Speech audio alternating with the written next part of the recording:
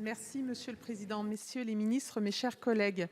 L'article 1er définit un régime de sortie de l'état d'urgence sanitaire applicable à partir du 1er juillet jusqu'au 15 septembre, reprenant les bases établies par la loi du 9 juillet 2020. Ce projet de loi ne nous propose pas en réalité de sortir de l'état d'urgence sanitaire. Il vient en réalité diminuer les libertés publiques par rapport à la première version du texte et s'assimile sur de nombreux aspects à la mise en œuvre d'un état d'urgence permanent.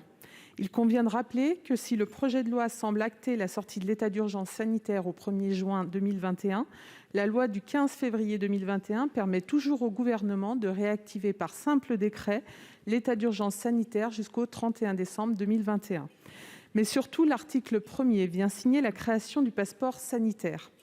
Or, bien que ce passeport sanitaire ait été habilement présenté comme un moyen d'exercer notre liberté de circulation, il représente une ingérence inédite dans nos libertés fondamentales, car il conduit directement à imposer à l'immense majorité des citoyens soit un vaccin dont le Gouvernement affirme pourtant qu'il ne sera jamais obligatoire, soit d'innombrables tests de dépistage à présenter à de multiples occasions de nos vies en collectivité, alors que les tests PCR ne sont pas et n'ont jamais été utilisés comme un outil de diagnostic, et leur validité en tant qu'outil de diagnostic a même été remise en cause par l'OMS.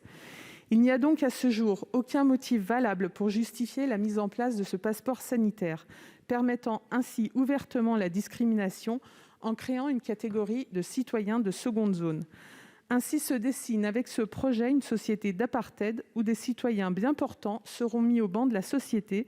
Cela est inacceptable et je crains, comme mon collègue, que nous mettions le doigt dans un engrenage très dangereux pour nos libertés fondamentales.